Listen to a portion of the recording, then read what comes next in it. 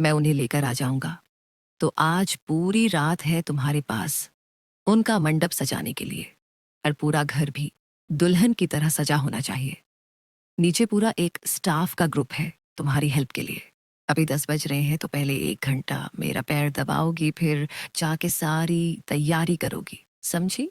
कृतिका नजरें नीचे किए ही अपना सिर हाँ में हिला देती है और शौर्य के पैर के साइड बेड पे बैठ उसके पैर दबाने लगती है। जब कृतिका के कोमल हाथ शौर्य के पैर को टच करते हैं तो शौर्य को कुछ अजीब लगता है, लेकिन वो अपनी आंखें बंद कर सोने की कोशिश करता है और थके होने के कारण उसे नींद भी आ जाती है। लेकिन कृतिका फिर भी उसका पैर दबाना नहीं छोड़ती और जब टाइम हो जाता है तब वो अपना काम पूरा करने रूम से निकल जाती है। सुबह का समय हॉल एरिया में आकर कृतिका देखती है कि डेकोरेशन का सारा सामान भरा हुआ था। वो एक एक करके सारे सर्वेंट्स को उनका काम समझा देती है और जहां गणपति विराजमान होने वाले थे वो मंडप खुद अपने हाथों से सजाने लगती है। देखते ही देखते रात बीत जाती है और सुबह का सूरज निकल आता है।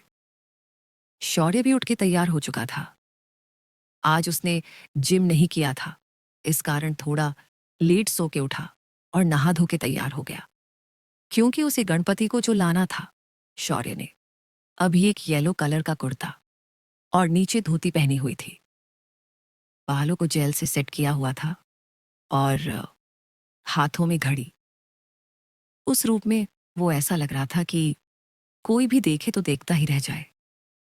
और ऐसा ही कुछ हाल था अनाया का, जो पीले रंग की साड़ी पहने हुए थी। ऐसी ही साड़ी घर के सारे सर्वेंट्स ने भी पहनी थी, जिसका दुख अनाया को बहुत था। अनाया शौर्य को देख खुद से कहती है, हैंडसम तो है ये, और इसकी बॉडी देख के मुझे इसकी परफॉर्मेंस याद आ रही है जो ये बेड पे करता था मेरे साथ। और एक लंबी सांस लेती है। शौर्य नीचे आकर जब पूरा हॉल देखता है तो देखता ही रह जाता है, क्योंकि हर बार की तुलना में इस बार घर ज्यादा सुंदर लग रहा था।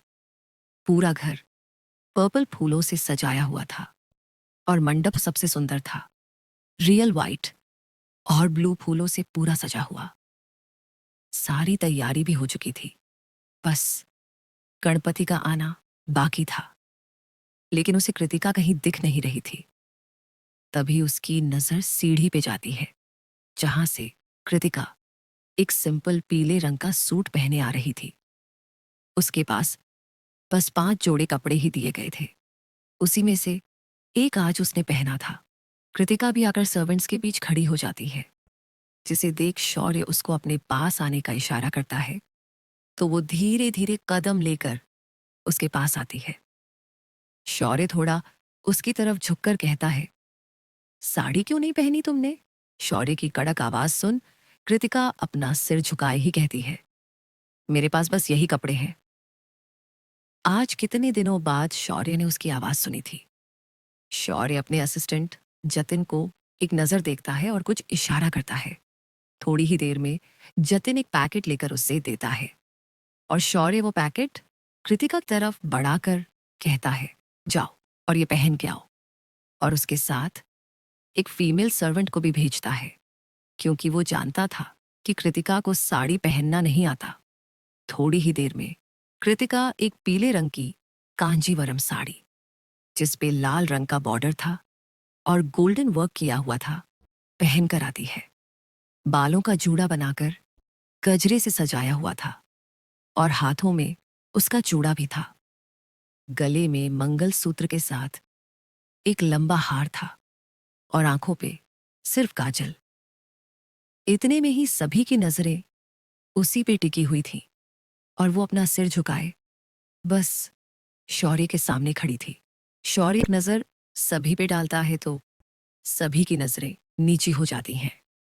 शौर्य अपनी दमदार आवाज में कहता है, थोड़ी ही देर में मैं बप्पा को लेकर आ रहा हूं, स्वागत की तैयारी पूरी रखना, क्योंकि उनकी आरती कर घर में स्वागत तुम्हें ही करना है।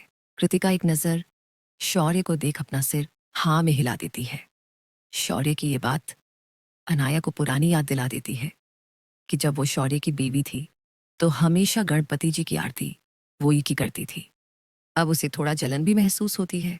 शौर्य और जतिन के साथ कुछ सर्वेंट्स भी गए थे। सभी के जाने के बाद कृतिका मंडप के पास जाकर आरती की तैयारी करती है और थाल में फूल भी सजा लेती है। थोड़ी ही देर में गणपति बप्पा मोरैया का नारा लगाते हुए शौर्य अपने हाथों में सुंदर सी गणपति की प्रतिमा लिए दरवाजे पे आता है। कृतिका अपने हाथ में थाल लिए दरवाजे के पास जाती है। पहले एक लोटे में पानी ले शौर्य के पैरों को धोती है।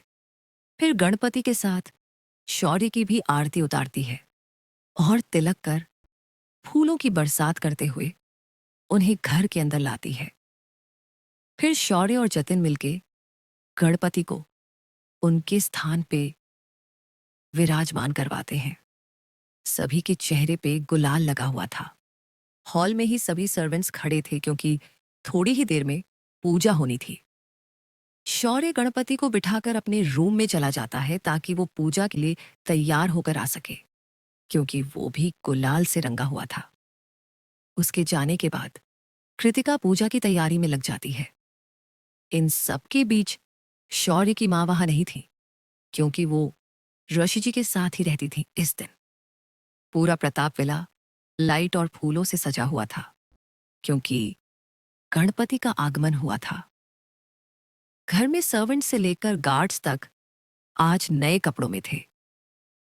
विला के अंदर हॉल में एक बड़ा मंडप फूलों से सजा हुआ था, जिसमें सुंदर गणपति पीले और लाल रंग के कपड़े पहने बैठे हुए थे।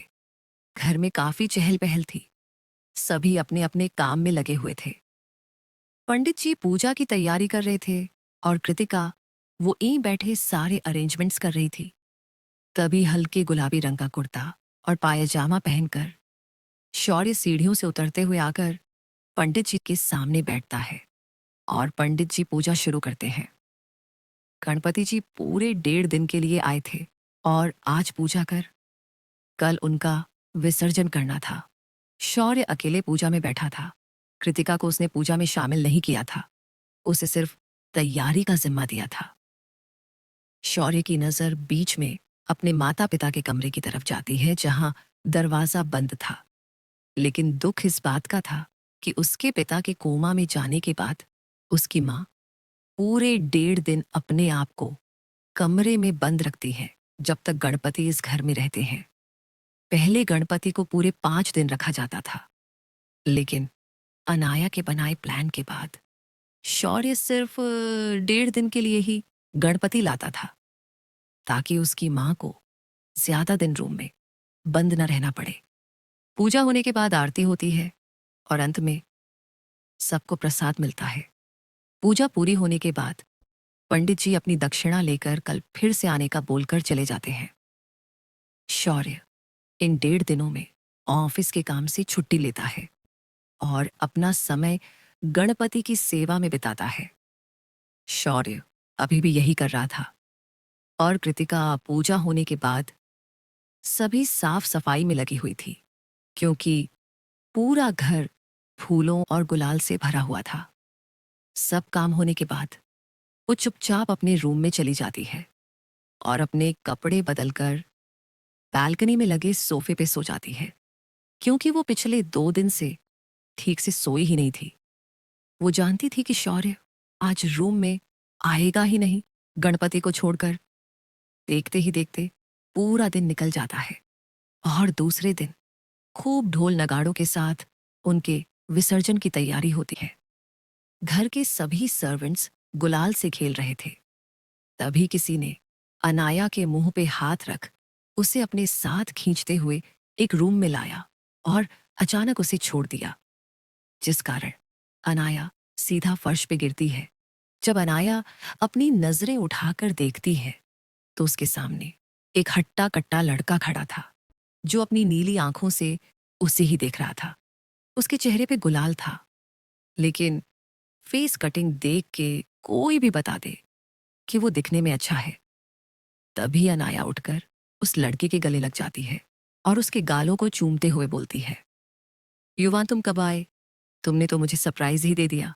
तभी वो लड़का यानी युवान अनाया के बालों को अपनी मुट्ठी में पकड़कर उसका चेहरा ऊपर करते हुए कहता है, जाने मन, मिस तो मैंने भी किया तुम्हें, लेकिन जो पूछूं वो बताओ पहले। नीचे जो लड़की लाल साड़ी में थी, वो ही तुम्हारी बहन है? युवान के मुंह से कृतिका के लिए सवाल सुन अनाया की आंखें छोटी हो जाती हैं, क्योंकि उसे पता था कि कृतिका उससे बहुत सुंदर थी। कोई भी उसे देखे तो उस पे दिल हार जाए। अनाया थोड़ा गुस्से में कहती है, युवान, तुम उसके बारे में क्यों पूछ रहे हो? हाँ, वो ही है मेरी बहन कृतिका, लेकिन वो तुम्हारे टाइप की नहीं है बेबी। जो सुख मैं तुम्हें फोन पे ही देने का टैलेंट रखती हूं ना, वो सामने होकर भी नहीं दे पाएगी। अनाया की बातें सुन युवान सोफे पे बैठ जाता है और पैंट की बेल्ट खोलने लगता है। फिर अपने ट्राउजर की जिप खोलकर अनाया की तरफ देख के कहता है, तो इंतजार किस बात का है जान? आओ और करो मुझे संतुष्ट। अनाया अपने चेहरे पे एक दिलकश मुस्कान लिए चलते हुए युवान के पास आती है और अपने घुटने पे बैठकर युवान की आंखों में देखते हुए अपना सिर नीचे झुकाकर उसे संतुष्ट करने लगती है। थोड़ी देर में युवान के मुंह से आहें निकलने लगती हैं और वो अपना हाथ अनाया के बालों में फंसाकर उसे नीचे की तरफ जोर से प्रेस कर रहा था। थोड़ी देर में युवान अनाया को उसी सोफे पे ले जाता है और उसकी साड़ी को नीचे से उठाकर अपनी फिजिकल नीड पूरी करने लगता है। लेकिन इस बीच उसने न ही अनाया को एक किस किया और न ही उसे खुद के होठों को छूने दिया। बस उससे अपनी फिजिकल नीड पूरी कर रहा था। अपनी नीड पूरी करने के बाद वो अपने कपड़े ठीक करता है और अनाया को बिना एक नजर देखे ही बोलता है, अब प्लान में कोई गड़बड़ी नहीं होनी चाहिए। मुझे जल्द से जल्द माफिया किंग बनना ही है और ये तभी होगा जब वो शौर्य कमजोर साबित होगा और हमें उसे कमजोर करना है। जब वो शारीरिक तौर पे कमजोर होगा, तब मुझे माफिया किंग बनने से कोई नहीं रोक सकता। इतना बोल वो रूम से बाहर निकल जाता है। तभी कुछ गार्ड्स उसे देख लेते हैं और ये देख युवन वहां से भागने लगता है। तभी वो भीड़ से होते हुए आगे निकलता है और कुछ गार्ड्स के हाथों पकड़ा जाता है। ये खबर अब तक शौर्य को भी लग चुकी थी और शौर्य गुस्से से तमतमाते हुए बाहर आता है तो गार्ड्स को एक लड़के को पकड़े हुए पाता है। तभी कृतिका भी वहां आती है क्योंकि उसको भी इस हंगामे की खबर हो चुकी थी। शौर्य युवान के पास जाकर एक जोरदार मुक्का उसके मुंह पे मारते हुए पूछता है, बता कौन है तू और यहाँ क्या करने आया है? किसने भेजा है तुझे यहाँ?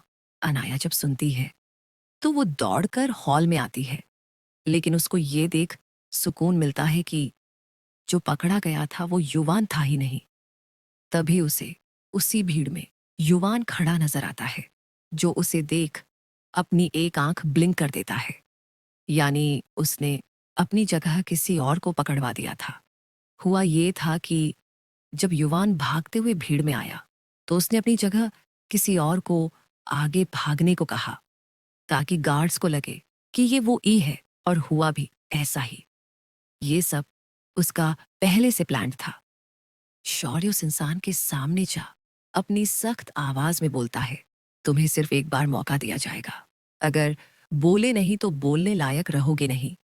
शौर्य की धमकी सुन वो इंसान कृतिका की तरफ अपनी उंगली दिखाकर बोलता है, मैं इससे मिलने आया था, गर्लफ्रेंड है ये मेरी। उस इंसान की बातें सुन शौर्य की मुट्ठी कस जाती है और कृतिका की आंखें शौक से बाहर आने को होती हैं। तभी एक तेज थप्पड़ की आवाज से वो होश में आती है, जो थप्पड़ शौर्य ने उस इंसान को मारा था।